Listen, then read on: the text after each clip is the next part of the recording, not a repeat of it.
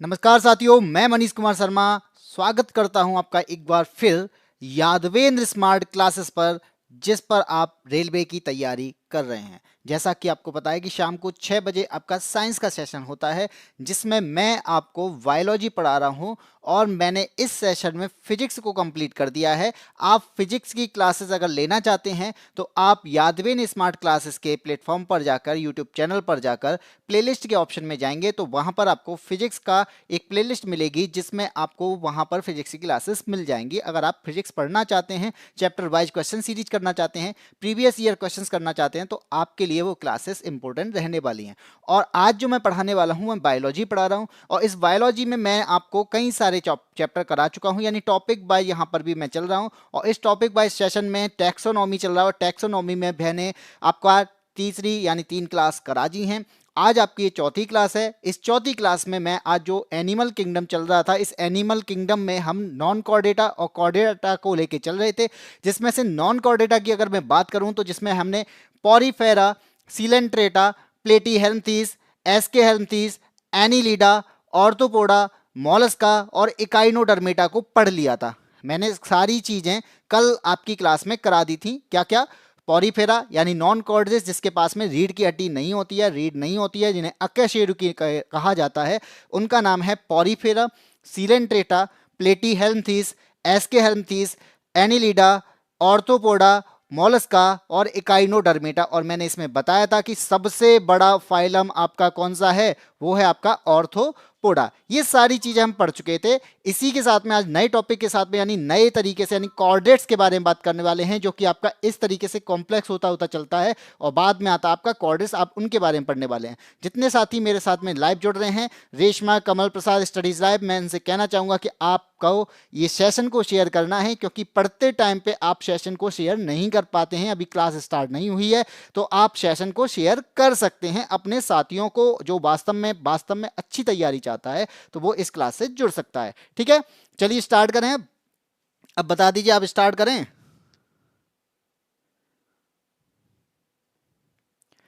अब बारी है कॉर्डेट्स की। तो सबसे पहले मैं आपको थोड़ा सा इसके बारे में बताऊंगा।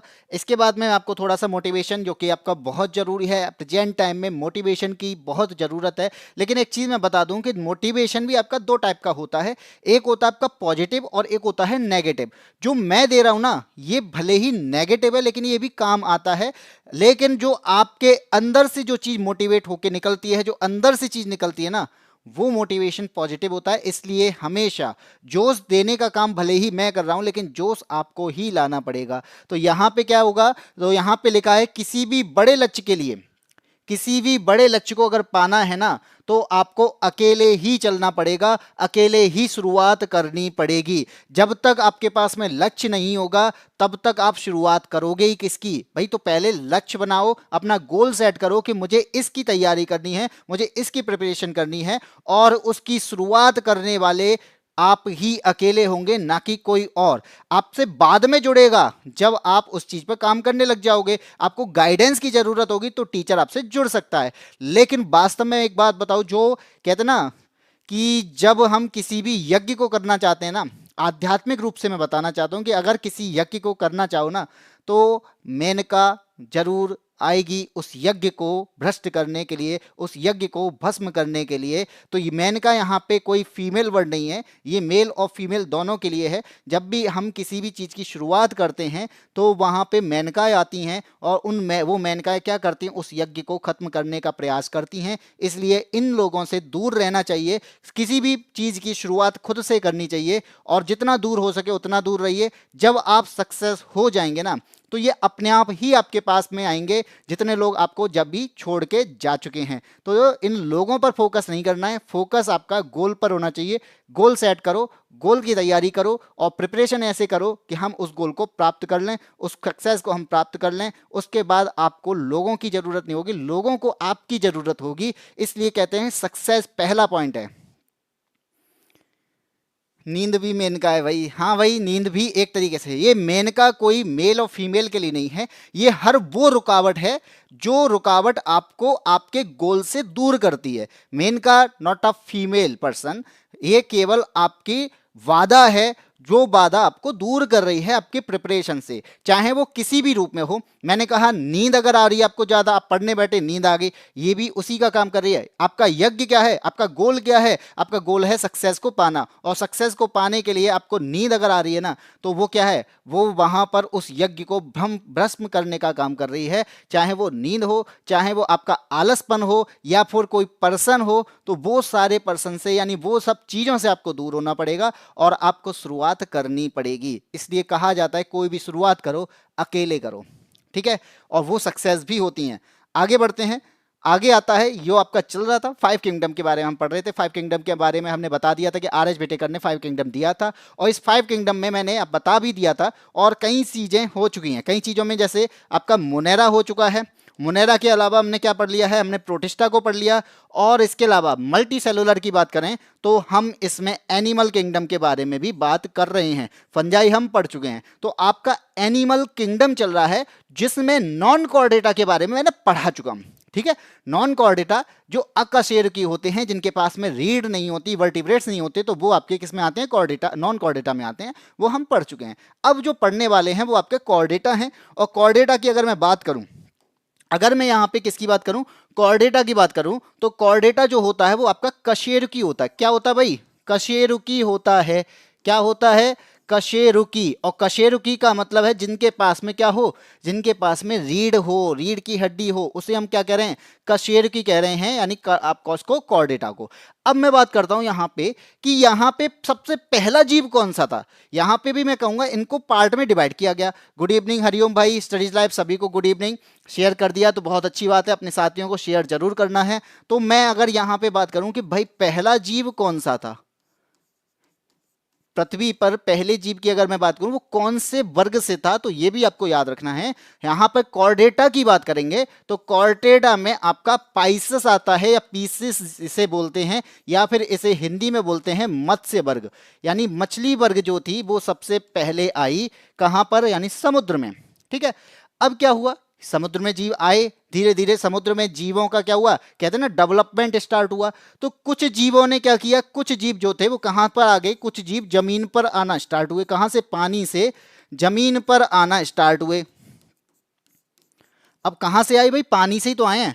तो ये जमीन से जैसे ही बाहर आए तो कुछ तो मर गए, लेकिन कुछ जिंदा रहे। और वो जिंदा रहे का मतलब है कि उनके अंदर गुण जो थे, वो गुण ये थे कि वो क्या कर सकते हैं, कि वो आपके पानी में भी रह सकते हैं और जमीन में भी रह सकते हैं। तो वो कौन से हो जाएंगे भाई, वह चर हो जाएंगे जो पानी में और जमीन में दोनों में जिंदा है, ठीक है। इतनी बात समझ में आई। सबसे पहले किस में आए, मत्स्य वर्ग में, यानी आपकी मछलियां आई।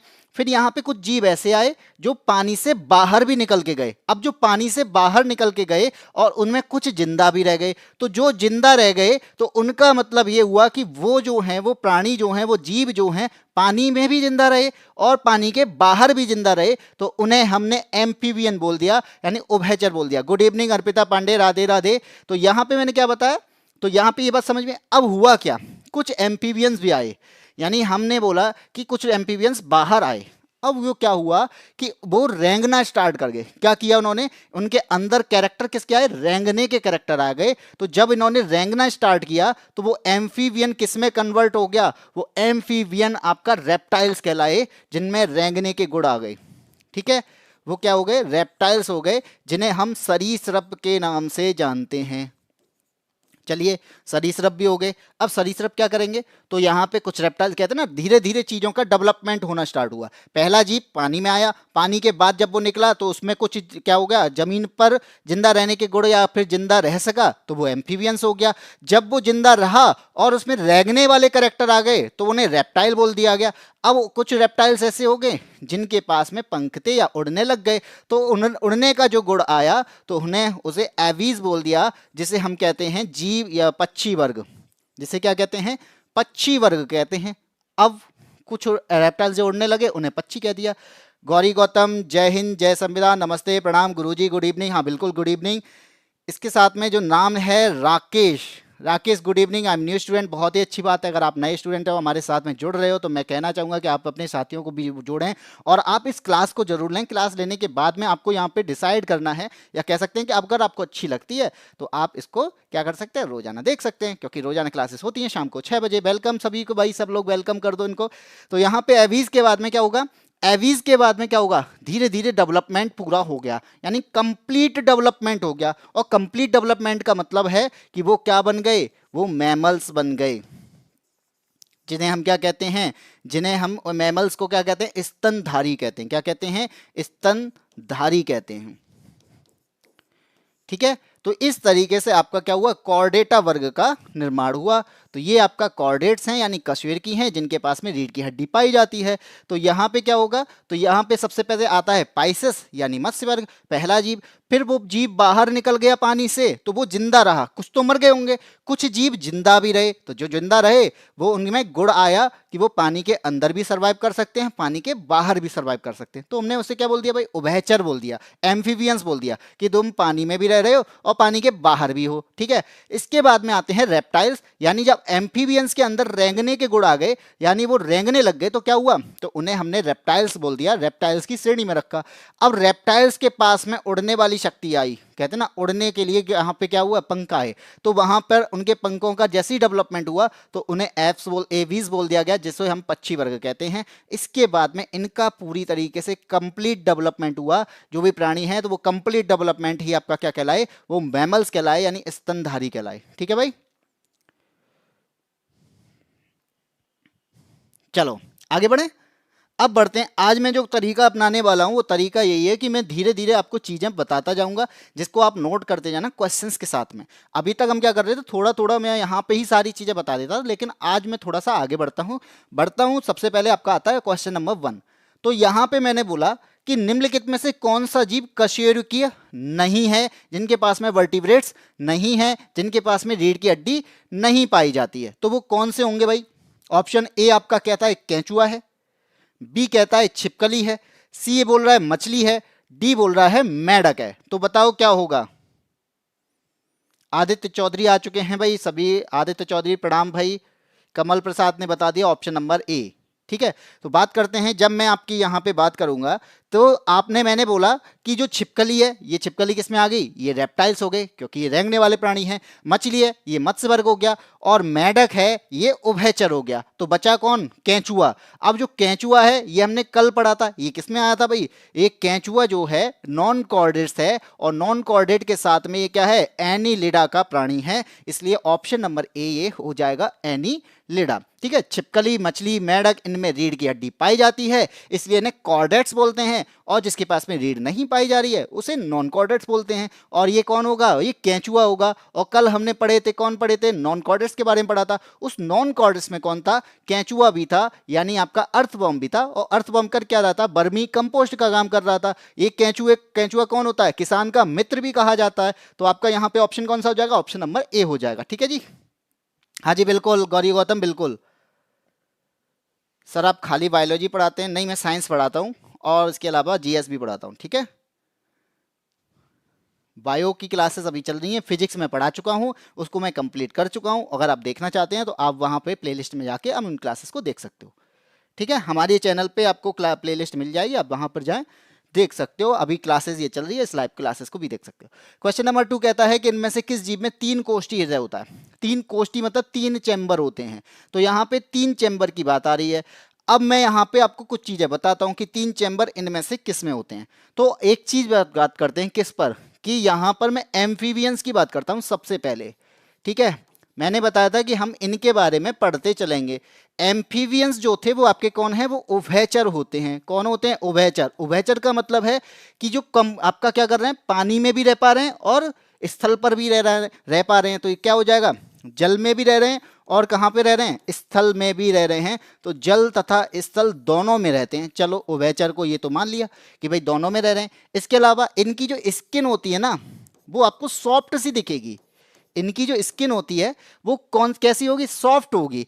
और इनके पास में क्या नहीं मिलेंगे भाई, शरीर पर इनके बाल नहीं मिलेंगे। जैसे अपने शरीर पर आप देखते हो ना बाल मिल जाते हैं, तो शरीर पर इनके बाल नहीं मिलते हैं।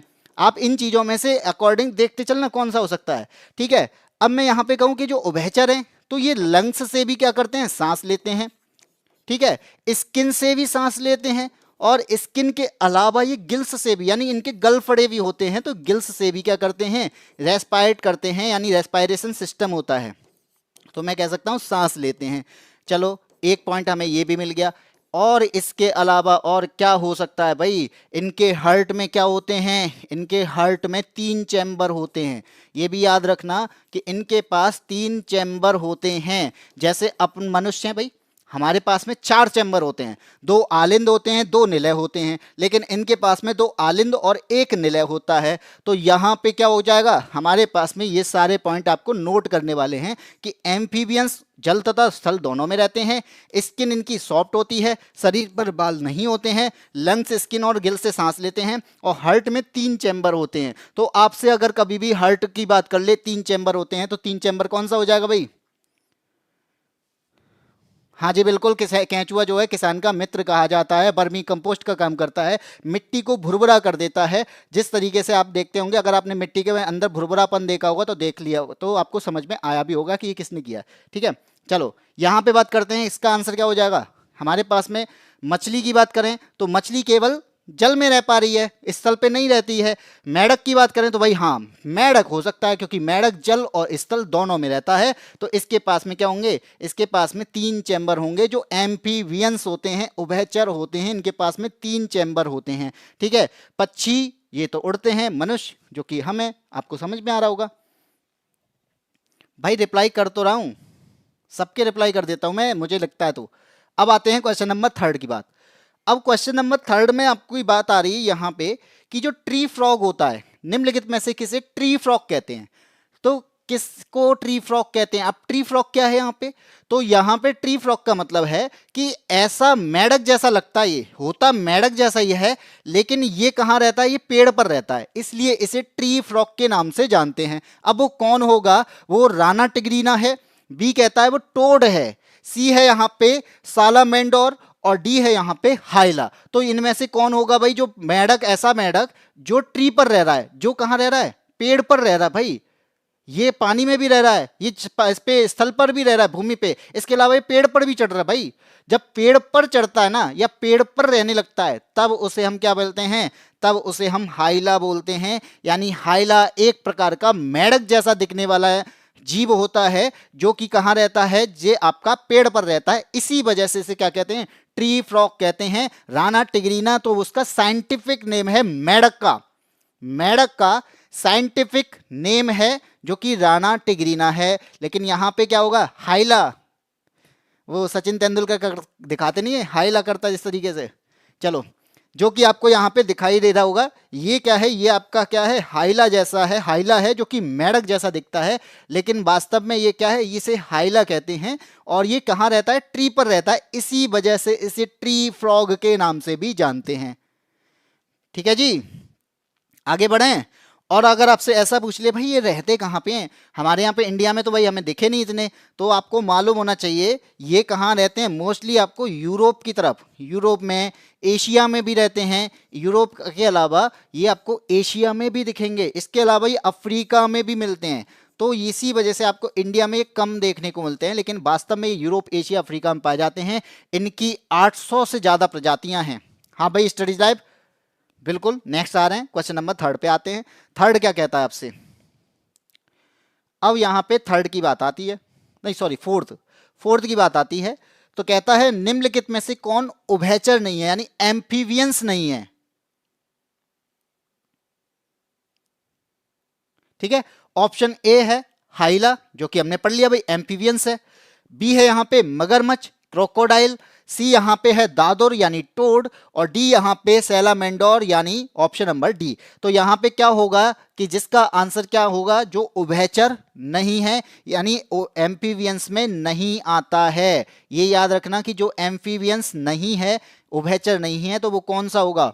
और आंसर आ चुका है ऑप्शन नंबर डी। 4th का कमल प्रसाद बता रहे हैं डी या फिर सी। मारो गलत होगा, ठीक है, तुम्हारा गलत होगा तो कोई बात नहीं है।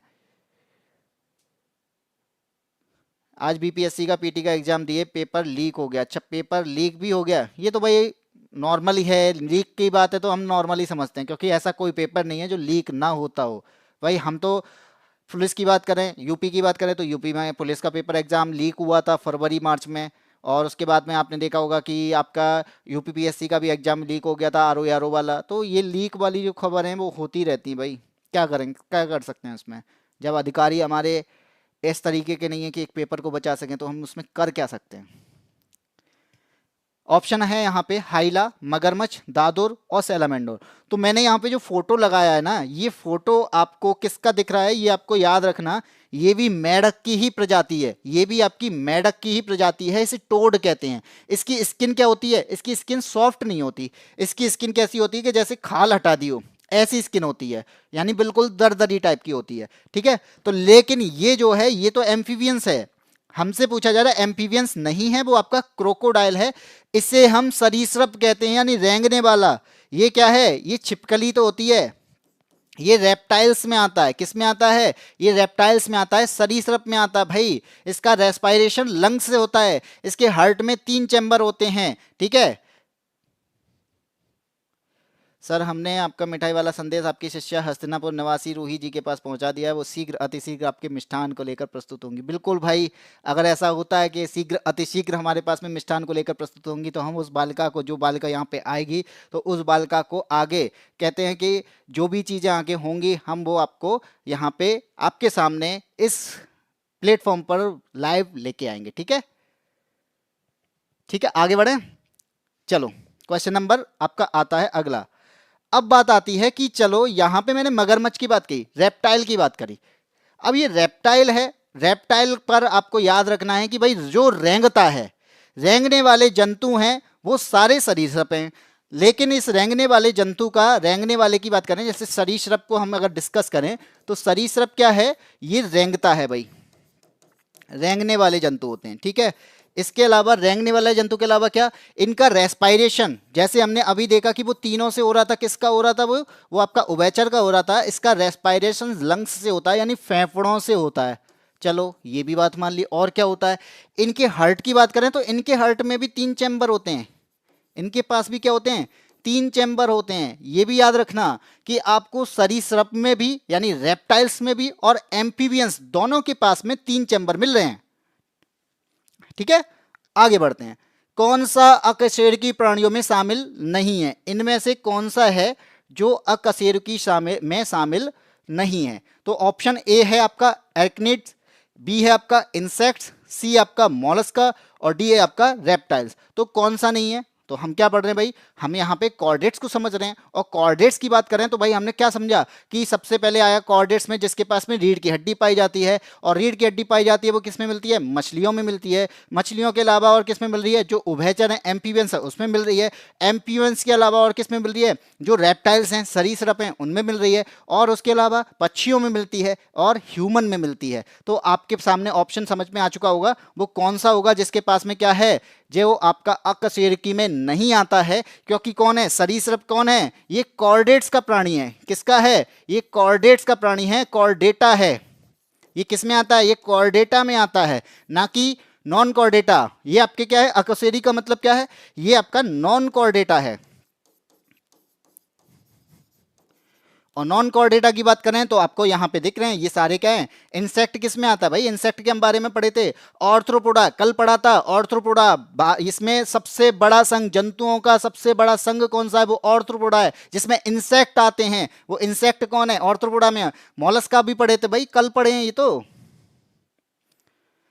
कमल प्रसाद गलत हो गया आपका, स्टडीज लाइव रेप्टाइल्स होगा। हाँ जी, मैं गौरी, तुम रूही को देखना चाहती हो, उससे बात करना चाहती हो क्या, भाई क्यों नहीं, गौरी को भी देखना बिल्कुल है। अगर वो यहाँ पे आएंगी तो गौरी भी बात कर लेगी। भाई तुम भी करा नहीं सकते आदित्य चौधरी, अकेले ही करते हो क्या। क्वेश्चन नंबर 6 पे आ जाओ। क्वेश्चन नंबर 6 यहाँ पे क्या कहता है, निम्नलिखित में से कौन सा विकल्प मच्छरों के जीवन चक्र के 4 चरणों का सही क्रम दर्शाता है।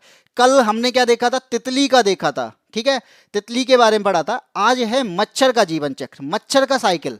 अब मच्छर का साइकिल सबसे पहले क्या होगा भाई, देखो इन चीजों में क्या होगा, वो सबसे पहले अंडा देगा। क्या देगा, अंडा देगा। तो यहाँ पे आपको पास में अंडे वाले ऑप्शन कौन से हैं, ए सी और डी है। तो बी और सी यहाँ पे बी यहाँ पे गलत हो जाएगा, बस केवल बी हमारा गलत हुआ। सबसे पहले होगा अंडा, ठीक है। अंडा 24 घंटे में, यानी मच्छरों ने क्या दिया, अंडा दिया। मच्छरों ने अंडे देने के बाद में क्या किया, तो वहां पे वो अंडा 24 घंटे बाद लार्वा में चेंज हो जाता है। किस में चेंज होता है, लार्वा में चेंज होता है। और लार्वा के 4 से 5 दिन बाद, तो आप देख पा रहे होगे यहां पे, अगर मैं आपको दिखाऊं, यहां पे ये मैंने लगा रखा है लाइफ साइकिल, तो ये क्या है, ये मच्छर के अंडे हैं, ठीक है। ये मच्छर के अंडे हैं और ये मच्छर के अंडे 24 घंटे बाद लार्वा में चेंज हो जाते हैं, इन्हें लार्वा कहते हैं। अब 4 से 5 दिन इनको प्यूपा में चेंज होने में लगते हैं, ठीक है। 4 से 5 दिन इन्हें प्यूपा में लगते हैं और इसके 2 से 3 दिन बाद क्या होता है, 2 से 3 दिन बाद ये मच्छर बन जाता है। क्या हुआ, सबसे पहले अंडा, उसके बाद लार्वा, उसके बाद प्यूपा, प्यूपा के बाद में ये पूरी तरीके से डेवलप हो जाता है। भाई देखो, बनने में इसे 5-6 दिन लगते हैं, हम 1 मिनट में मार देते हैं इसे। यहां पे मच्छर की बात करें तो मच्छर को हम 1 मिनट में मार देते हैं और बन के आता है वो कितने, 24 घंटे तो ये ले रहा है, 2 से 3 दिन ये ले रहा है, 4 से 5 दिन ये ले रहा है, उसके बाद में अडल्ट बनता है, इसमें भी लगभग 2 से 3 दिन लग जाते हैं, बताओ। ठीक है, तो इसका आंसर क्या हो जाएगा, सबसे पहले आपका अंडा, इसके बाद में लार्वा, लार्वा के बाद में प्यूपा और लास्ट में आपका पूरी तरीके से मच्छर बन के तैयार। ठीक है जी, सी आंसर होगा। हरिओम का आंसर बिल्कुल सही है, कमल प्रसाद का आंसर बिल्कुल सही है। ठीक है, आगे बढ़ें, अगले क्वेश्चन पे आते हैं। क्वेश्चन नंबर 7 यहां पे आता है एवीज के बारे में, जिसे कहते हैं पक्षी वर्ग। चलो एवीज की बात आती है यहाँ पे, चलो एवीज के बारे में पढ़ते हैं। जब मैं एवीज की बात करूं, यानी हमें पढ़ना है यहाँ पे पक्षी के बारे में, तो पक्षी वर्ग को भी समझते हैं। अब जब पक्षी वर्ग की बात करें तो सबको पता ही उड़ते हैं, ठीक है। पक्षी वर्ग की बात आ गई तो उड़ते हैं। इनके श्वसन की बात करें तो ये लंग्स से सांस लेते हैं। किससे लेते हैं, लंग्स से, जिसे हम क्या कहते हैं, फेफड़ा। चलो एक पॉइंट हो गया। और कोई पॉइंट है इनका, और पॉइंट है इनके हार्ट की बात करें, इनके हार्ट में 4 चैम्बर होते हैं। अभी तक हमने दोनों में 3-3 पढ़े थे, किस किस में, एम्फीबियंस में और उसके अलावा रेप्टाइल्स में। इनके पास में 4 चैम्बर होते हैं, 2 आलिंद होते हैं, 2 निलय होते हैं। और क्या बात होगी इनकी, इनके अलावा इनके पास में ब्लड जो होता है वो वार्म ब्लडेड होता है। तो वार्म ब्लड का मतलब होता है ये क्या होते हैं, ये कांस्टेंट वाले होते हैं, यानी इनका जो ब्लड होता है वो कांस्टेंट रहता है, एक जैसा ही रहता है हर टाइम, ठीक है। और इसके अलावा क्या होता है, ये 3 पार्ट में डिवाइड होते हैं। 3 पार्ट कौन से होते हैं, ऊपर आपका सिर दिखेगा, सिर के अलावा इनका क्या दिखेगा, गर्दन दिखेगी, गर्दन के अलावा इनका पूरा शरीर यानी धड़ दिखेगा। ये इन 3 पार्ट में डिवाइड होते हैं। और क्या होता है भाई, इनकी बोन जो होती है ना, हड्डियां जो होती हैं ना, वो कैसी होती हैं, खोखली होती हैं। और अगर खोखली ना होती तो क्या होता है, ये आसानी से उड़ पाते, नहीं उड़ पाते, क्योंकि इनके अंदर जो बोन है, इन खोखली हैं, उनमें हवा भर जाती है, जिससे ये आसानी से उड़ सकते हैं। ठीक है, अब क्वेश्चन करते हैं। चलो एकमात्र पक्षी का नाम बताइए जो पीछे की तरफ उड़ सकता है। तो वो पीछे की तरफ उड़ने वाला कौन सा है, आंसर आ जाए डी, कठफोड़वा। भाई ये कठफोड़वा नहीं है, सबको कठफोड़वा दिख रहा है, मैंने फोटो लगा दिया है, तो क्या कठफोड़वा जैसे मतलब चोंच लंबी है तो कठफोड़वा, कठफोड़वा नहीं है, याद रखना। ये आंसर हो जाएगा option number B, hummingbird. दुनिया का सबसे छोटा पक्षी कौन सा है, हमिंग बर्ड है। पीछे की तरफ उड़ सकता है ये। हम लोग कहते हैं ना पक्षी ज्यादातर आगे की तरफ उड़ते हैं, ये ऐसा है जिसके पास में बैक गियर होता है, पीछे की तरफ भी चल सकता है, पीछे की तरफ भी उड़ सकता है, तो उसका नाम है हमिंग बर्ड। और दुनिया का सबसे छोटा पक्षी भी यही होता है, तो भाई हमिंग बर्ड है। कठफोड़वा क्या, चोंच देख ली बस। ठीक है, चलो ठीक है, आप हाँ जी, 7 का आंसर हो जाएगा ऑप्शन नंबर बी। आते हैं क्वेश्चन नंबर 8 पे। निम्नलिखित में से किस पक्षी का अंडा सबसे छोटा होता है, ऐसा कौन सा पक्षी है जिसका अंडा सबसे छोटा होता है। ऑप्शन कहता है ए गौरैया होती है, स्पैरो, जो कि आपको कहां पे अपने घर के आसपास दिख जाती है, आजकल नहीं दिखती। बी कहते हैं बुलबुल। सी यहां पे कहता है स्वेलो के बारे में। डी है यहां पे हमिंग बर्ड। तो इनमें से ऐसा कौन सा पक्षी है जिसका अंडा सबसे छोटा होता है भाई। हमिंग बर्ड में मारता लेकिन 6 ग्राम का नहीं लग रहा था। आदित्य चौधरी ने फिर से आंसर दे दिया है हमिंग बर्ड, और कमल प्रसाद का आंसर आ चुका है ऑप्शन नंबर डी। तो जो लोग डी के साथ में वो बिल्कुल सही है। जब भाई इस दुनिया का सबसे छोटा पक्षी यही तो अंडा भी तो इसका छोटा ही होगा, अंडा कौन सा बड़ा हो जाएगा, अंडा भी तो छोटा ही रहेगा। तो दुनिया का सबसे छोटा पक्षी, और तो अंडे भी ये छोटे छोटे देगा। तो ऑप्शन नंबर यहाँ पे कौन सा हो जाएगा, ऑप्शन नंबर डी हो जाएगा। ठीक है, आगे बढ़ते हैं क्वेश्चन नंबर 9। क्वेश्चन नंबर 9 क्या कहता है आपसे? क्वेश्चन 9 कहता है, आया नहीं अभी, आ गया। निम्नलिखित में से कौन सा जंतु गर्म रक्त वाला होता है? वार्म ब्लडेड कौन सा होता है? तो ऑप्शन आपके सामने है, मेढक, वो पिजियन कबूतर, बी है मेढक, सी है मछली और डी है मगरमच्छ। वार्म ब्लडेड और कोल्ड कोल्ड ब्लडेड क्या होता है? जब मैं यहां पे बात करूं वार्म की, तो वार्म ब्लडेड का मतलब होता है गर्म रक्त। और गर्म रक्त जो होता है ना, वो कांस्टेंट होता है। कैसा? नियत तापमापी इसे कहते हैं, यानी नियत ताप रहता है जिसका, कांस्टेंट रहता है, जो अपने आप कहते हैं ना नियत ताप। हमारा जो शरीर का ताप है वो हमेशा ऐसा ही रहने वाला है, ठीक है। तो आप चाहे ठंड पड़े चाहे गर्मी पड़े, तो हमारा क्या है? कोल्ड, यानी हमारा वार्म ब्लडेड होता है। दूसरा होता है कोल्ड ब्लडेड। और कोल्ड ब्लडेड में होता क्या है, यहाँ पे जैसा टेम्परेचर होता है उस टेम्परेचर के अकॉर्डिंग इनमें टेम्परेचर बदलने की क्षमता होती है। तो शरीर का ताप बदलने की क्षमता अगर आ जाए, शरीर का ताप बदलने की क्षमता, तो ये बदलने में क्या होते हैं? सक्षम होते हैं। इनमें कैपेबिलिटी होती है किसकी? कि शरीर के टेम्परेचर को क्या किया जाए? तो शरीर के टेम्परेचर को बढ़ा लिया जाए या कम कर लिया जाए। तो इन्हें कोल्ड ब्लडेड कहा जाता है, ठंडे खून वाले कहा जाता है। गर्म रक्त का मतलब होता है वार्म ब्लडेड, जिसका मतलब है कि ब्लड जो होगा वो कांस्टेंट रहेगा, यानी शरीर का जो ताप रहेगा वो कांस्टेंट रहने वाला है। तो वो आपका जब बढ़ जाता कहते हैं फीवर हो गया। कमल प्रसाद का आंसर आ जाए 9 का डी। हरिओम बता रहे हैं ऑप्शन नंबर ए। तो आपका आंसर जो है कबूतर, वो बिल्कुल सही है। हरिओम बता रहे हैं, बिल्कुल सही बता रहे हैं। इनका कबूतर आ चुका है ऑप्शन नंबर ए। तो कबूतर जो है वो आपका वार्म ब्लडेड होता है। बाकी जितने भी आपको यहाँ पे दिख रहे हैं, चाहे फिश की बात करूं, चाहे आपका यहाँ पे फ्रॉग की बात करूं, या फिर क्रोकोडाइल की बात करूं, तो ये एम्फीबियंस की बात कर लो। एम्फीबियंस के अलावा जो आपका पाइसिस होता है उसकी बात कर लो, या फिर आपके इसकी बात कर ले, किसकी? मेढक की, ठीक है, या सॉरी मगरमच्छ की, जिसे हम रेप्टाइल कहते हैं। तो इन तीनों की बात करेंगे तो तीनों का वार्म ब्लड होता है। कैसा होता है? वार्म ब्लड होता है, सॉरी कोल्ड ब्लड होता है। वार्म ब्लड तो कबूतर का और हम लोगों का होता है। हाँ जी, इसको स्टडीज लाइव होगा, पिजियन होगा, ठीक है। तो यहाँ पे आपका आंसर ये हो जाएगा। बाकी आगे बढ़ते हैं, क्वेश्चन नंबर 10 पर आते हैं। 10 से मैं आ गया स्तनधारी, और मैं स्तनधारी से पहले आपको दो चीजें यहाँ पे डिस्कस कर लेता हूँ। क्या डिस्कस करना है? मैं सबसे पहले बताऊं कि आपसे अगर ऐसा क्वेश्चन पूछ लिया जाए कि दूसरे के घोंसले में अंडा देने वाला पक्षी कौन है? दूसरे के घोंसले में अंडा देने वाला पक्षी,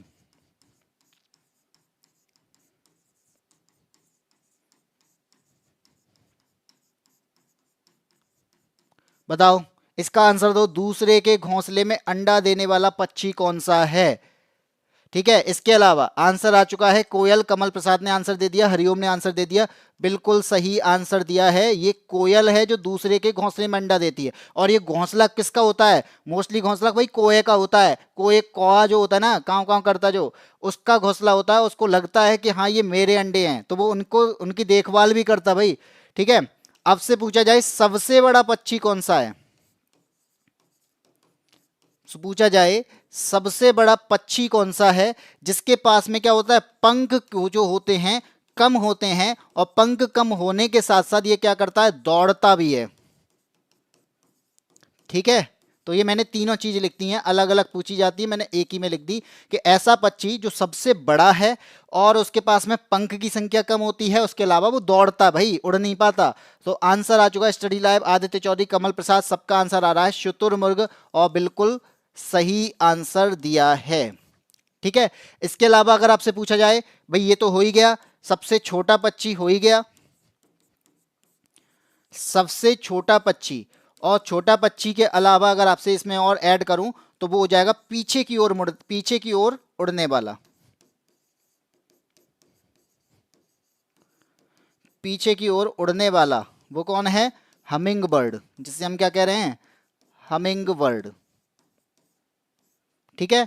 और इसके अलावा और क्वेश्चन अगर आपसे पूछे जाए तो क्या हो सकता है? सबसे, अगर मैं ये क्वेश्चन पूछूं, चलो इसका आंसर आपको कमेंट बॉक्स में देना है, सबसे तेज उड़ने वाला पक्षी कौन सा है?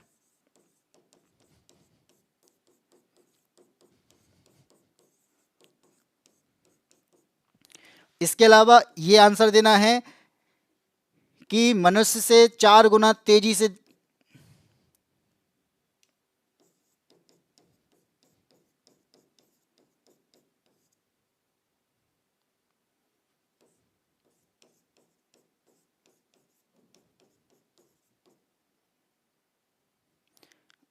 ये हो जा,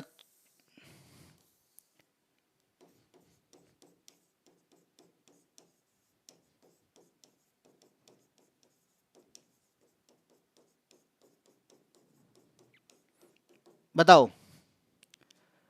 डाक होक, शुतुरमुर्ग का अंडा फुटबॉल के आकार का होता है, हाँ जी बिल्कुल।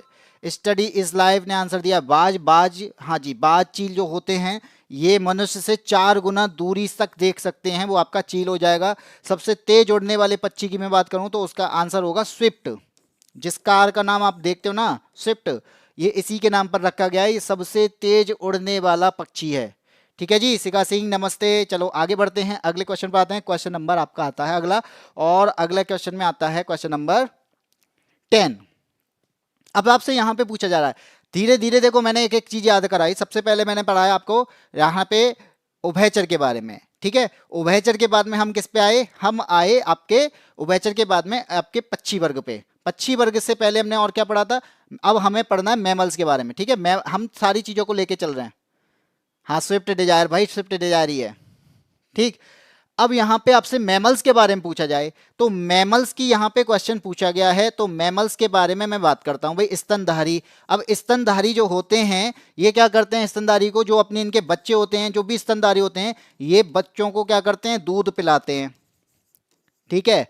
अब ये क्यों पिला पाते हैं भाई, क्योंकि इनके पास में कुछ ना कुछ ऐसा है, क्या है वो, इनके पास में ग्लैंड होती है। कौन सी ग्लैंड होती है, उसका नाम क्या है, उसे हम कहते हैं मेमेरी ग्लैंड। क्या कहते हैं इन्हें, मेमेरी ग्लैंड होती है, जिसे हम दुग्ध ग्रंथि कहते हैं,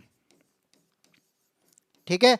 इनके पास में मेमोरी ग्लैंड होती है, जिस जो कि दुग्ध ग्रंथि के नाम से जानी जाती है, तो इस वजह से ये कहाँ है, बच्चों को दूध पिलाते हैं। इसके अलावा और क्या बताया था कि इनका जो ब्लड होता है वो कैसा होता है, वार्म ब्लडेड होता है, जिसे हम कहते हैं नियत तापमापी होता है, या फिर कहेंगे शरीर क्या होगा, वो आपका टेम्परेचर हमेशा सेम रहने वाला है, ठीक। और क्या होता है, इनके पास हार्ट होता है भाई, दिल तो सभी के पास में होता है, तो हार्ट में जो चैम्बर होते हैं ना वो कितने हैं, कमरे की बात करूँ तो 4 कमरे हैं, जिनमें सब अलग अलग लोगों को रोकते हैं भाई। हार्ट में 4 चैम्बर, 4 अलग अलग प्राणी इसमें रहेंगे, वो अलग बात है, ये मजाक की बात है, नॉर्मल है। हार्ट में 4 चैम्बर होते हैं। श्वसन किससे करते हैं, तो ये आपका लंग्स से श्वसन करते हैं, जिसे हम कहते हैं क्या, फेफड़े, ठीक है। और क्या हो सकता है भाई, शरीर पर बाल मिलते हैं हमारे, क्या मिलते हैं, शरीर पर बाल भी मिलते हैं। तो ये सारे आपके क्या हैं, विशेषताएं हैं किसकी, स्तनधारी की, जिसे हम मैमल कहते हैं, बच्चों को दूध पिलाते हैं। मेमोरी ग्लैंड इनके पास में पाई जाती है, दुग्ध ग्रंथि पाई जाती है, वार्म ब्लडेड होते हैं, हार्ट में 4 चैम्बर होते हैं, शरीर पर बाल पाए जाते हैं। इनके अलावा लंग्स में लंग्स से के द्वारा ये श्वसन करते हैं। इन गुरुजी सीटेट के एग्जाम के बारे में बता दो थोड़ा। भाई सीटेट का एग्जाम के बारे में इस क्लास में क्या बताऊं मैं, वरना सीटेट की बात करो तो सीटेट का जो है आपका नॉर्मली लॉजिक बेस्ड क्वेश्चन आते हैं। लॉजिक बेस्ड क्वेश्चन आपको बच्चे को बचाना, इतना याद रख लेना कि अगर आप सीटेट के क्वेश्चन के एग्जाम मतलब जब भी एग्जाम को देने जाओ या फिर जब भी दोगे तो, या फिर प्रैक्टिस करो, तो उसमें ये सोच लो कि जो बच्चे की बात हो रही है उस बच्चे को चोट नहीं आनी है, बच्चे को ही बचाना है, ठीक है। क्वेश्चन उस बेस पर करने हैं, पॉजिटिव थिंकिंग को लेके चलना है। क्वेश्चन में पॉजिटिव बात करी है तो आंसर पॉजिटिव होगा, क्वेश्चन में नेगेटिव बात करी है तो आंसर नेगेटिव होगा। जब यहाँ पे सीटेट की बात आएगी तो मैं सीटेट की बात भी बता दूंगा, लेकिन अभी हमें क्या पढ़ना है, अभी हमें इसके बारे में पढ़ना है, ठीक है। पेडागोजी ज़्यादा आती है, पेडागोजी पर फोकस करना है आपका। अगर बाल विकास कहते हैं ना, सीडीपी जैसे बोलते हैं, चाइल्ड डेवलपमेंट जो होता है वो बहुत अच्छा है, तो आपकी पेडागोजी भी बहुत अच्छी हो जाएगी। पेडागोजी पर बहुत ज़्यादा फोकस करना होता है, क्योंकि वो आपकी लगभग 15-15 नंबर की सभी सब्जेक्ट में आती है। और अगर मैं सीडीपी की बात करूँ तो 15 नंबर की सीडीपी सब्जेक्टिव रहती है और 15 नंबर का पेडागोजी उसमें भी आता है, तो वो बहुत इंपॉर्टेंट बनते हैं। इसलिए सीडीपी में पेडागोजी पर फोकस ज़्यादा करना होता है, ठीक है।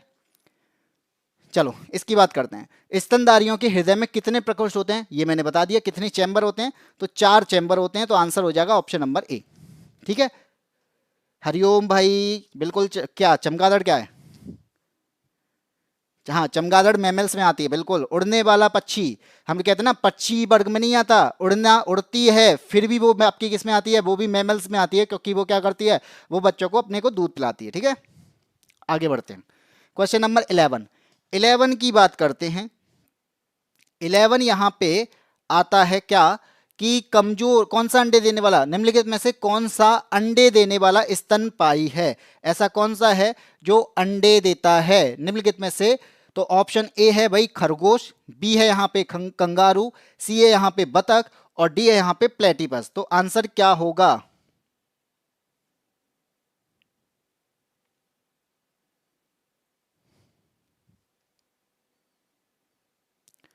सबसे ज्यादा मगरमच्छ चैम्बर मगरमच्छ में होता है भाई।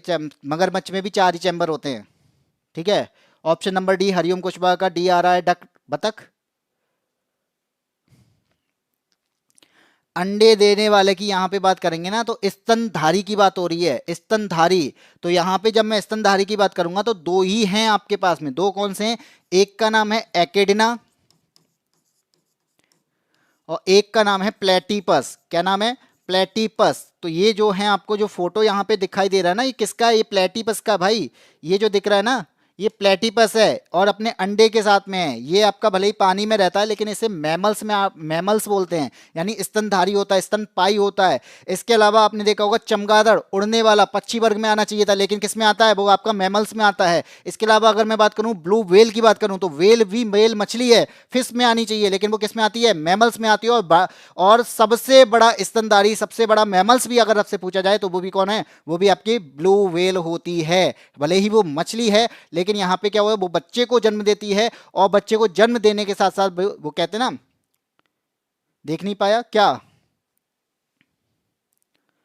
तैयारी पूरी है, थोड़ा सा डर लग रहा है। भाई देखो, सीटेट में मुझे नहीं लगता कि सीटेट को आप अगर प्रैक्टिस भी करते हैं, अच्छे से प्रैक्टिस करते हैं, सीटेट भले ही एक सब्जेक्टिव है लेकिन मैं मानता हूं कि अगर आपने प्रैक्टिस अच्छे से कर लिया है तो सीटेट बहुत अच्छे से क्लियर हो जाएगा। और अब इतना इजी, मतलब कहते हैं ना, ज़्यादा टफ नहीं होता है।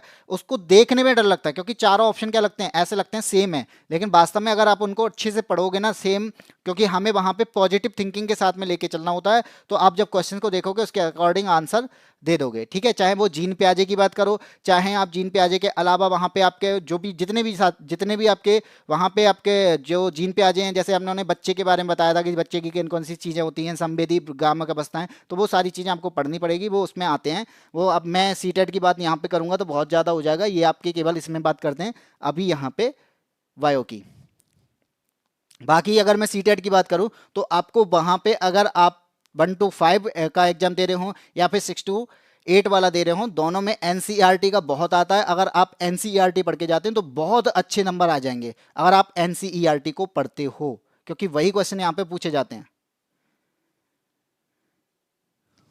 चलो आगे बढ़ते हैं। क्वेश्चन नंबर 12, स्तनधारियों से संबंधित इनमें से कौन सा कथन गलत है? तो यहां पे हमें बताना है कौन सा कथन गलत है। तो ऑप्शन ए है स्तनधारियों के बाल होते हैं। भाई हम अपनी बात करें तो हमारे तो बाल हैं कि नहीं? यह मेरी शेविंग भी आपको दिख रही होगी। तो यहाँ पे शरीर पर क्या होते हैं? बाल होते हैं, ये तो ठीक है। बच्चों को दूध पिलाने के लिए इनमें स्तन ग्रंथियां मौजूद होती हैं। भाई मेमरी ग्लैंड्स होती है, तो भाई ये भी है। तो यहाँ पे मेमरी ग्लैंड्स पाई जाती हैं, बिल्कुल सही है। ऑप्शन बी भी यहाँ पे सही है।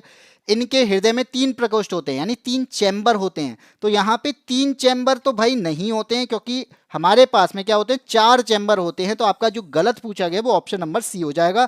अंडे देते हैं, कुछ स्तनधारी अंडे देते हैं और कुछ क्या देते हैं? कुछ बच्चे देते हैं।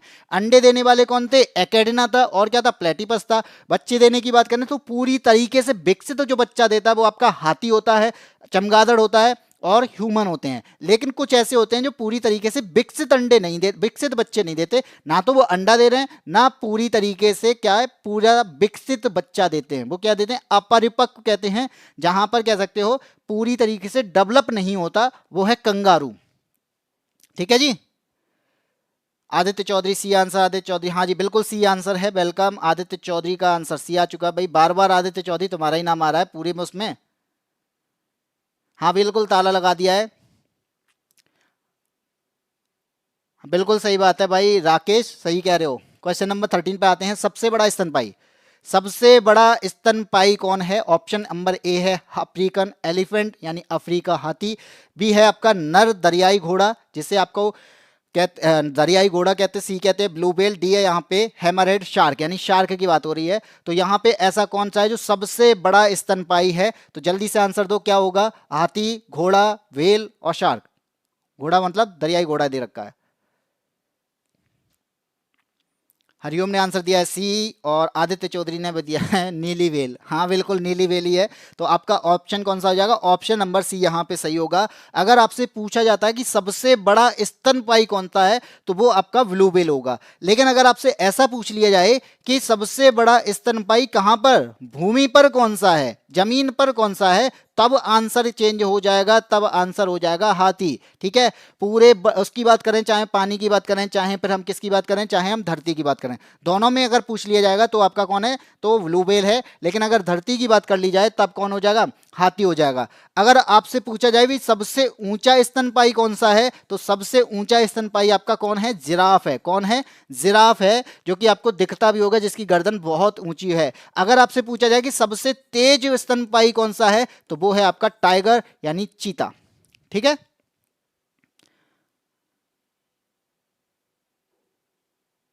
नेहा पौनिया सी आंसर बिल्कुल। हरिओम का आंसर जिराफ। हाँ जी, हरिओम कुशवाहा टाइगर भी होता है। सर मैं पौराणिक सीरियल देखता हूँ, इसलिए शुद्ध हिंदी का प्रभाव है मेरे ऊपर। हाँ भाई, हाँ बालक, तुम्हारे ऊपर पूरा प्रभाव दिख रहा है। आगे बढ़ते हैं, क्वेश्चन नंबर 14 पर आते हैं।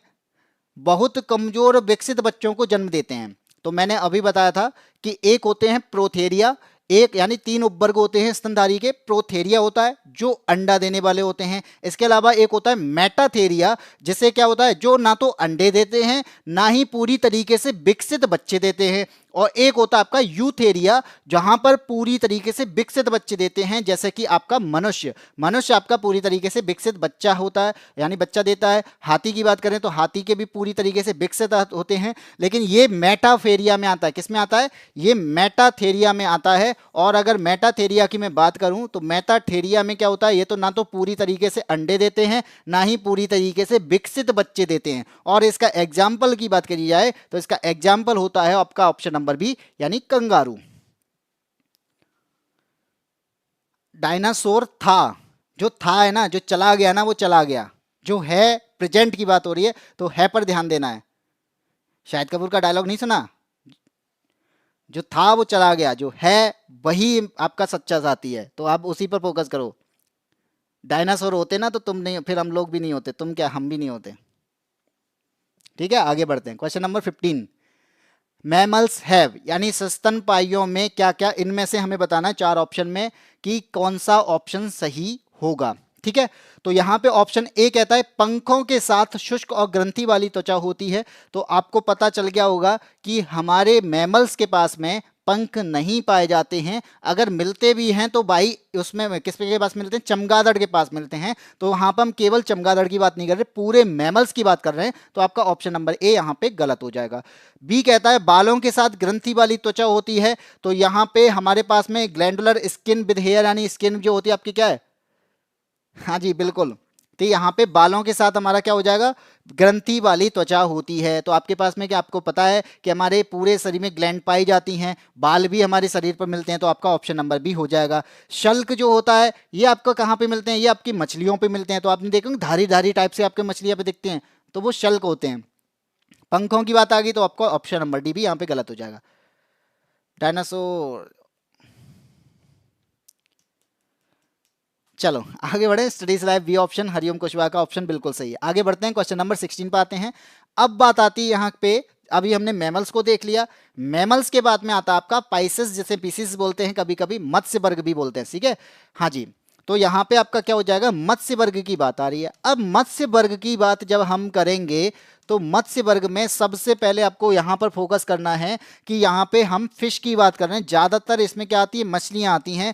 इनके पास में वही हार्ट होता है, इनके पास में भी दिल होता है। और दिल होता है तो कितने, यहाँ पे चैम्बर की बात करें तो जैसे हमारे पास में 4 चैम्बर होते हैं, इनके पास में 2 चैम्बर होते हैं। और इसके अलावा और क्या होगा? यहाँ पे मैंने बताया था कि वार्म ब्लडेड जो होते हैं, लेकिन ये कोल्ड ब्लडेड होते हैं। यानी ये अपने शरीर के अकॉर्डिंग क्या करते हैं? अपने ताप को चेंज करते रहते हैं, चेंज करने में सक्षम होते हैं। सांस की बात करें तो भाई गल फड़े होते हैं इनके पास में। तो ये किससे सांस लेते हैं? गिल्स से सांस लेते हैं। चलो श्वसन की बात होगी।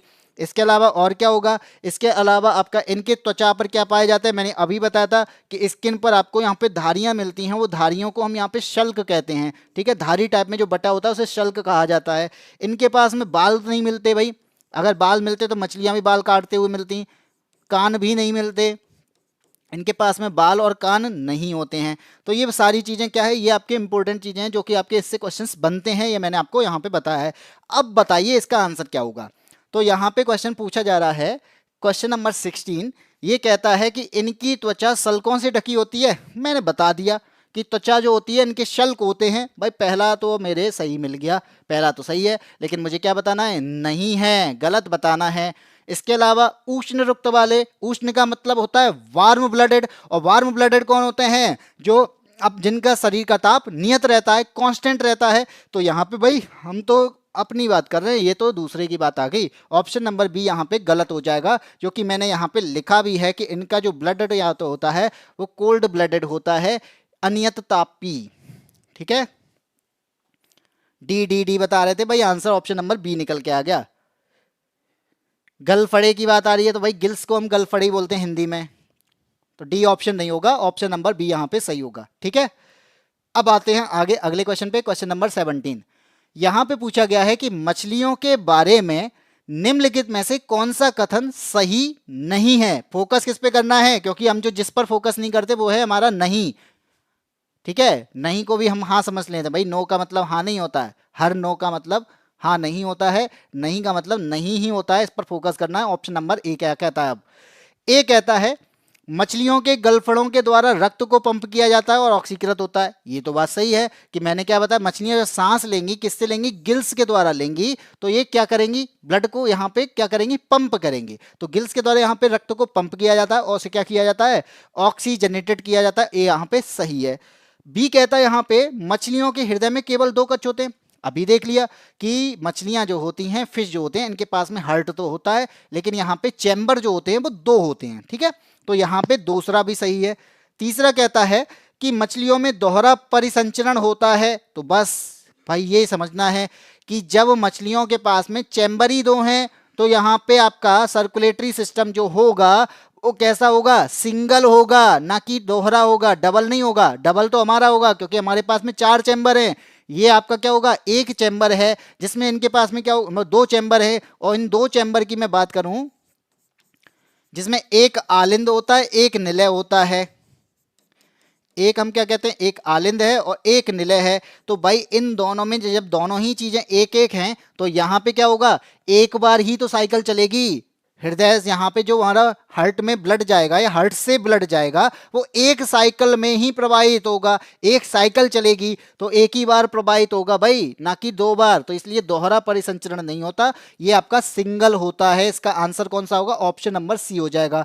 यहाँ पे यही बात आ रही है, ऑप्शन नंबर डी भी यही बात कह रहा है कि मछली के हृदय से होकर रक्त एक चक्र में केवल एक बार ही प्रवाहित होता है। तो ये बात सही है, क्योंकि मछलियों के पास में 2 चैम्बर होते हैं, एक आलिंद होता है, एक निलय होता है। एक तरफ से आपका ब्लड आता है, दूसरी तरफ से ब्लड बाहर जाता है। तो इस तरीके से पूरा साइकिल चलता है और एक साइकिल में एक ही बार ब्लड पंप होके जाता है। ठीक है, गीता दे है वार्म ब्लडेड होगा, अरे नहीं होगा, सॉरी आदि, ये भाई आपस में ही है, सॉरी सॉरी चल रहा है, गलत आंसर मुझे दिया है, सॉरी आदि को। वाह, आगे बढ़ते हैं, क्वेश्चन नंबर 18 पर आते हैं। क्वेश्चन नंबर 18 क्या कहता है, 18 कहता है कि हमारे पास में ऑप्शंस दिए हैं, इन ऑप्शंस में हमें क्या बताना है, सही बताना है, कौन सा सही होगा। अब पूछा क्या है हमसे, ट्रू फिश कौन सी है। अब यहां पे सही मछली की बात आ रही है, ट्रू फिश की बात आ रही है। ट्रू फिश कौन सी होती है, जो वास्तव में फिश होती है उसे ट्रू फिश कहते हैं। चलो, तो मैं यहां पे बता दूं, अब यहां पे ट्रू की बात करूं, और एक होती है आपकी फाल्स फिश। एक आपकी ट्रू फिश होती हैं जो वास्तव में फिश होती हैं, एक होती हैं फाल्स फिश जिसे हम फिश की कैटेगरी में नहीं रखते लेकिन फिश जैसी होती हैं। अब भाई होती कैसी हैं, जब मैं ट्रू की बात करूंगा तो यहां पे जैसे अब मैं बात करूं हिप्पोकैम्पस की बात करूं, तो हिप्पोकैम्पस जो होता है ना वो आपकी ट्रू फिश है, वास्तव में फिश होता है, असली मछली है ये। असली और नकली की बात आ रही है यहाँ पे, असली मछली है। टाइगर फिश की बात करूं तो टाइगर फिश जो होती है वो भी क्या होती है, ये भी असली मछली है भाई। डॉग फिश की बात करूं तो ये भी क्या है, ये भी आपकी असली मछली है। इसके अलावा मैं फाल्स की बात करूं, चलो फाल्स की बात करते हैं। तो फाल्स में अगर मैं बात करूं तो एक आती है आपकी कैटल फिश। चलो कैटल फिश की बात करते हैं, तो कैटल फिश आपकी कैसी है, ये फाल्स फिश है, क्योंकि ये किस में आती है, ये मोलस्का में आती है भाई। कल पढ़ा था हमने, आपकी कैटल फिश किस में आती है? मॉलस्का में आती है। जेली फिश की बात करूं तो जेली फिश किस में आती है भाई? जेली फिश आपका किस संघ में आती है, किस फाइलम में आती है? सीलेंट्रेटा में आती है। किसमें? सीलेंट्रेटा में। लो भाई ये भी गलत हो गया। अब हमारे पास में ऑप्शन नंबर सी बचा, डॉग फिश, क्योंकि स्नैक जो है वो मछली नहीं है, वो तो रेप्टाइल्स है। तो यहां पे आपके पास में क्या बचा? Jelly dog fish. तो डॉग फिश आपका आपका आंसर हो जाएगा, जो कि वास्तव में असली मछली ट्रू फिश कहलाती हैं। ठीक है, जेलीफिश जेलीफिश भाई, जेलीफिश किस बात से होगा? जेलीफिश नहीं होगा, जेलीफिश नहीं है। जेलीफिश आपका किस में आता है? सीलेंट्रेटा में आता है। ठीक है, और बात करूं स्टार फिश, हम कहते हैं ना स्टार फिश, स्टार फिश जो होती है वो इकाइनोडर्मेटा में आती है। अगर मैं यहां पे बात करूं स्टार फिश, और स्टार फिश के बारे में हमने कल पढ़ा था कि ये इसके ऊपर इकाइनोडर्मेटा में आती है। और इकाइनोडर्मेटा की अगर मैं बात करूं तो आपको पता है कि डर्म मीन्स होता है स्किन और इकाइनो मीन्स होता है कांटे। जिनकी स्किन पर कांटे मिलते हैं वो किस में आते हैं? वो आपके इकाइनोडर्मेटा में आते हैं। और स्टार फिश क्या है? जिसकी स्किन पर कांटे मिलते हैं, तो वे किस में आएगी? मछली में आएगी या इकाइनोडर्मेटा में? तो इकाइनोडर्मेटा में आती है, नॉन कॉर्डेटा में आती है, जिसके पास में रीढ़ की हड्डी नहीं पाई जाती। इसके पास में तो रीढ़ की हड्डी मिलती है डॉग फिश के पास में। तो आंसर आपका डॉग फिश होगा। सबका गलत हो गया? हाँ जी, तुम्हारा भी गलत है। ठीक है, कोई बात ना। आंसर यहाँ पे क्या होगा? आंसर यहाँ पे होगा डॉग फिश। डॉग, अच्छा अच्छा। अब मैं यहाँ पे एक बात और बोल दूं कि जो डॉग फिश हम पढ़ रहे हैं ना, ये डॉग फिश वास्तव में किसे कहा जाता है? तो डॉग फिश भाई शार्क को कहा जाता है। किसे कहा जाता है? शार्क को कहा जाता है भाई। डॉग फिश जो हम पढ़ रहे हैं ना, कि यहाँ पे आंसर देख लिया, डॉग फिश दे दिया, डॉग फिश आंसर हो गया। लेकिन डॉग फिश तो शार्क को बोला जाता है। ऑप्शन यहाँ पे सी जो दे रखा है, ये वास्तव में शार्क जो होती है वो असली मछली है। गलत पहाड़ा पड़ गया, बिल्कुल गलत पहाड़ा पड़ के आए हो। बायो में गलत पहाड़ा। हाँ जी, चलो क्वेश्चन नंबर 19। कौन सा जंतु बाकी तीन से भिन्न है? इनमें से कौन सा है जो बाकी तीन से भिन्न है? बताओ। ए है आपका मगरमच्छ, डी है, बी है आपका समुद्री घोड़ा, सी है यहाँ पे कछुआ, और डी है यहाँ पे मेढक। तो इनमें सबसे अलग कौन सा है?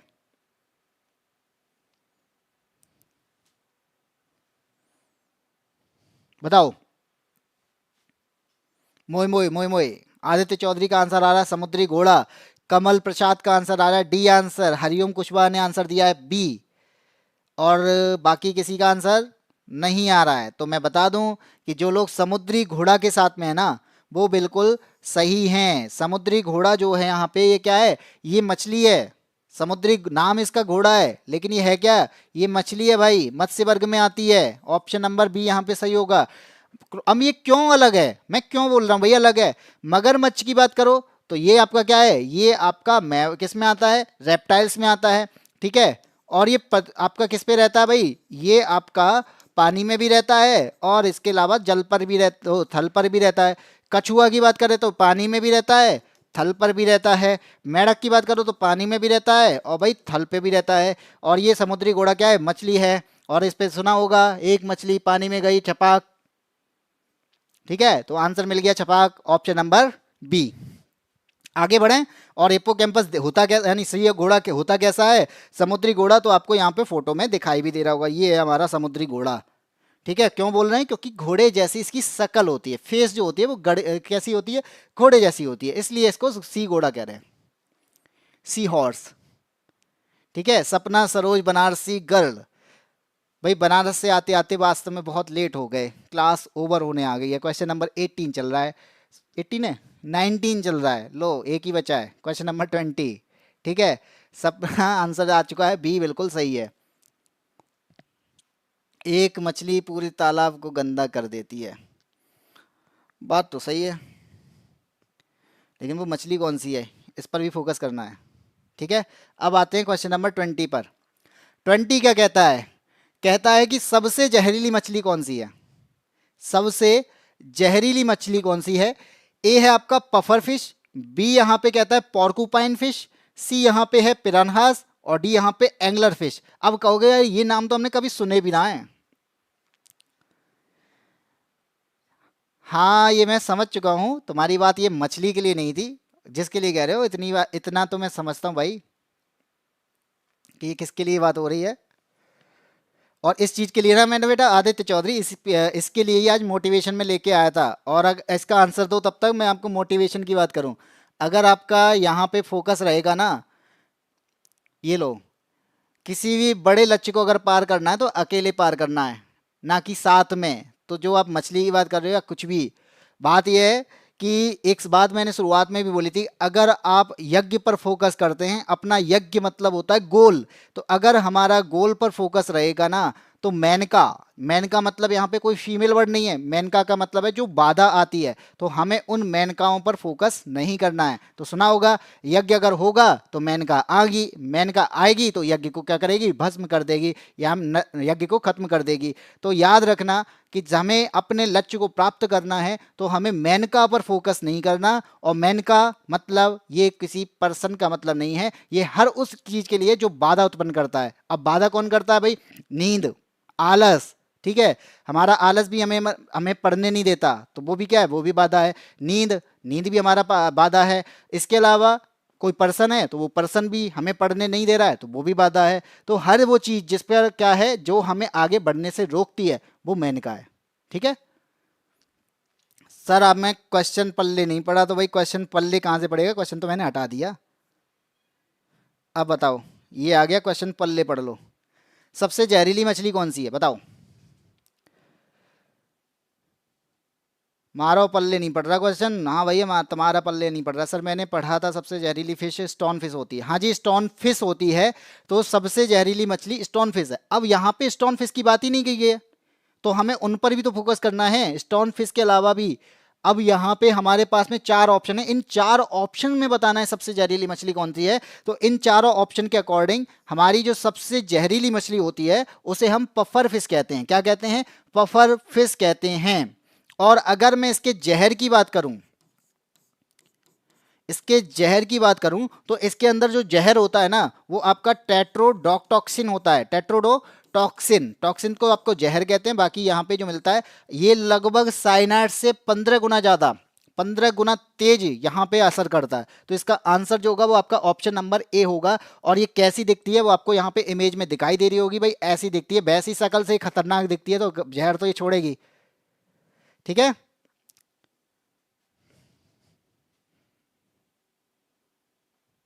चलिए, तो आज की क्लास में इतना ही रखते हैं। क्वेश्चन नंबर 20 यहाँ पे हो गए। मैथ की क्लास होगी, बिल्कुल होगी, क्यों नहीं होगी। तो यहाँ पे मैंने आपको बता दिया कि आपके 20 क्वेश्चंस हैं। यहाँ पे हमारा टेक्सोनॉमी चल रहा है, और टेक्सोनॉमी में आपका एनिमल किंगडम यहाँ पे खत्म होता है। जो मैंने दो क्लास में लिया, एक आपका नॉन कॉर्डेटा जो कि हमने कल पढ़ा, एक आपका कॉर्डेटा जो कि हमने आज पढ़ लिया। तो ये आपका एनिमल किंगडम यहाँ पे खत्म होता है। अब हमारे पास में केवल एक किंगडम बचा जो कि है प्लांट किंगडम, उसको अगली क्लास में भी खत्म कर लेंगे, जिसके बाद में आपका किंगडम वाला चैप्टर यानी टैक्सोनॉमी वाला चैप्टर यहाँ पे खत्म हो जाएगा, जिसे आर एच विटेकर ने दिया था। और आर एच विटेकर ने 5 पार्ट बताए थे, यानी 5 किंगडम क्लासिफिकेशन दिया था। उस 5 किंगडम क्लासिफिकेशन में हमने 4 पार्ट पढ़ लिए हैं। अब हमारे पास में एक बचा है, उसको हम पढ़ेंगे कल। तो आज की क्लास आपको कैसी लगी, और अगर आपको क्लास अच्छी लग रही है तो भाई इस बात के लिए ये कहना चाहूंगा कि आप वीडियो को शेयर जरूर करें, वीडियो को लाइक भी जरूर करें। लाइक के अलावा अपने साथी जो वास्तव में अच्छी तैयारी से पढ़ना चाहते हैं या प्रैक्टिस करना चाहते हैं, तो वो हमारे चैनल से जुड़ें, और जुड़ने के बाद में यहाँ से पढ़ाई करने की कोशिश करें। एक बार, अगर एक या दो बार आपको वीडियो, मैं कहता हूँ एक बार में नहीं समझ में आया, लेकिन आप बार बार देखोगे ना उन चीज़ों को, तो चीज़ें समझ में आने लग जाती। कभी भी कोई पढ़ाई एक बार में समझ में नहीं आती, लेकिन हम पढ़ते हैं ना, हमें अगर इंटरेस्ट आता है, हमें खुद में इंटरेस्ट जगाना होता है। हम कहते हैं भाई इंटरेस्ट इसकी वजह से नहीं आ रहा, लेकिन वास्तव में हमारे अंदर इंटरेस्ट नहीं है उस चीज़ को पढ़ने के लिए, कोई भी पढ़ा ले नहीं पढ़ पाओगे। ठीक है, और इसी के बाद में आज के लिए इतना ही रखते हैं। फिर मिलते हैं आपको कल शाम को 6 बजे। 6 बजे आपकी क्लास जो कि आपकी साइंस की होती है, रोजाना 6 बजे चल रही है, जो कि मंडे से सैटरडे तक रहती है। और आज आपका जो है फ्राइडे हो चुका है, कल आपकी एक और क्लास होगी, उसके बाद एक दिन छुट्टी रहेगी, मौज फिर मौज मारना। ठीक है,